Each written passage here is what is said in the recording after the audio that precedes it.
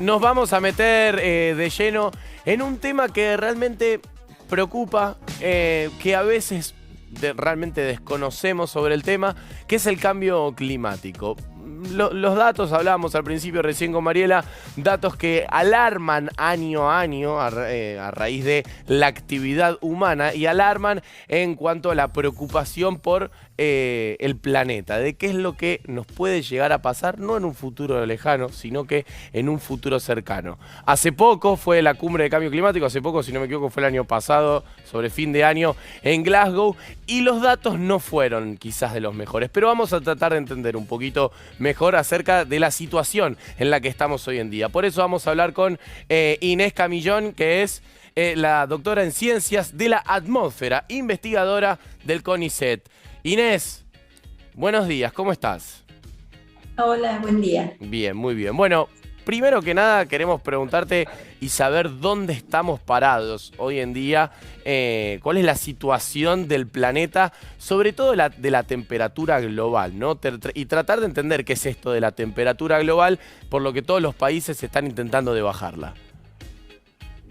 A ver, el cambio climático es un proceso que hace referencia a cómo se están modificando a lo largo del tiempo un conjunto de variables de la atmósfera. La temperatura probablemente sea aquella de esas variables que es más evidente, más conocida o está más difundida en este proceso de cambio.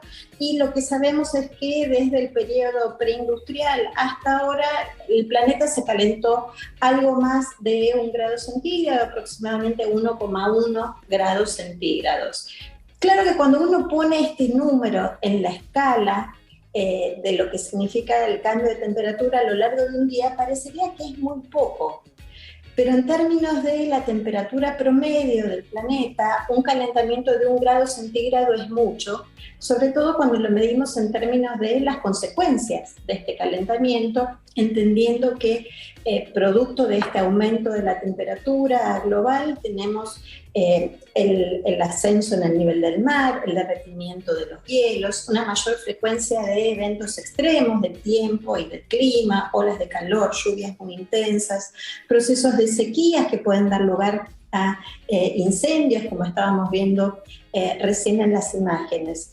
Pero además de entender que el calentamiento está asociado a este promedio de la Tierra en 1 grado centígrado, ese calentamiento se distribuye de una forma que no es homogénea, y esto significa que algunas regiones del planeta se han estado calentando bastante más que 1 grado centígrado, otras regiones menos.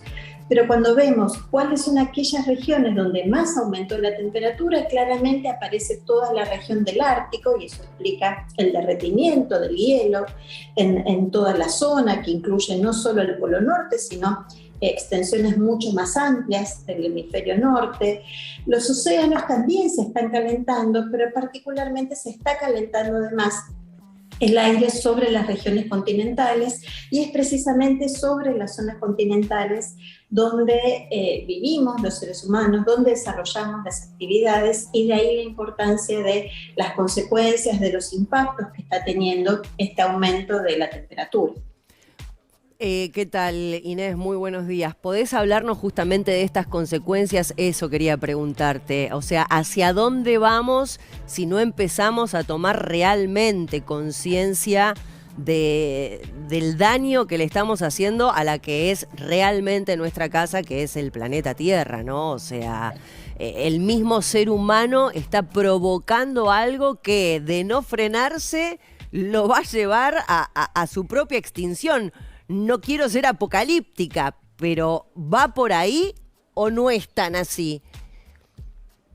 Para entender precisamente qué fue lo que estuvo pasando, hay que avanzar a comprender cuáles fueron las causas, y ahí es donde aparecen las acciones humanas para entender por qué la temperatura estuvo aumentando y se estuvo acelerando además la forma en la que el planeta se está calentando, particularmente desde mediados del siglo XX, desde 1950 en adelante. Y ahí es donde intervienen las acciones humanas.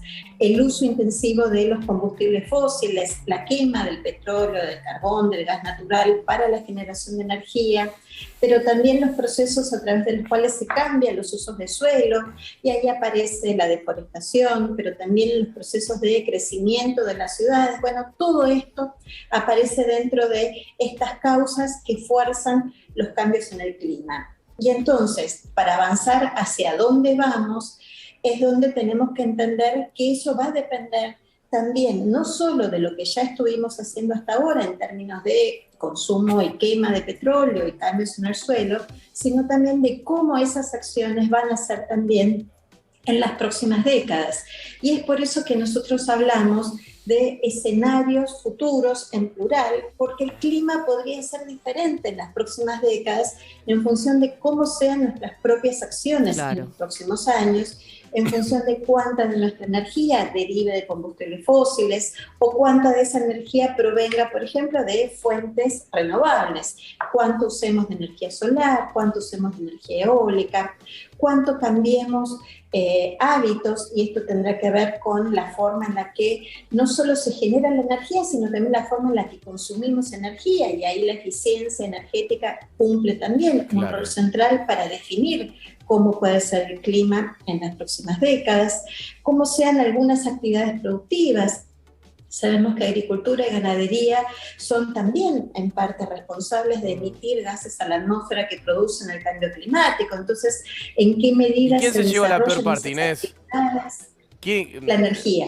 No, a nivel global. No, más allá de la causa. Entre agricultura y ganadería. Pero me refiero a quién puede sufrir las peores consecuencias. ¿En algún sector del planeta en particular? ¿Alguna isla quizás que me diga, che, esta isla está en riesgo de desaparición por el proceso de deshielo, porque se puede llegar a inundar y puede llegar a desaparecer? Es lo primero que se me ocurre. ¿Hay alguien que esté en peligro grave? Es difícil establecer ese ranking. Por ejemplo, en las zonas polares, el derretimiento del hielo es una de las cuestiones más amenazadas, pero ese derretimiento del hielo es responsable de forzar el ascenso en el nivel del mar, porque el hielo que se derrite escurre hacia los océanos, y eso amenaza todas las regiones costeras. Entonces se empieza a dar como una cascada. Entonces, la realidad es que todo el planeta está siendo afectado, todo el planeta va a seguir siendo afectado en los próximos años, y cuando nosotros hablamos de quién puede sufrir más, ahí es donde entra en juego otro de los conceptos vinculados al cambio climático, que es el de la vulnerabilidad.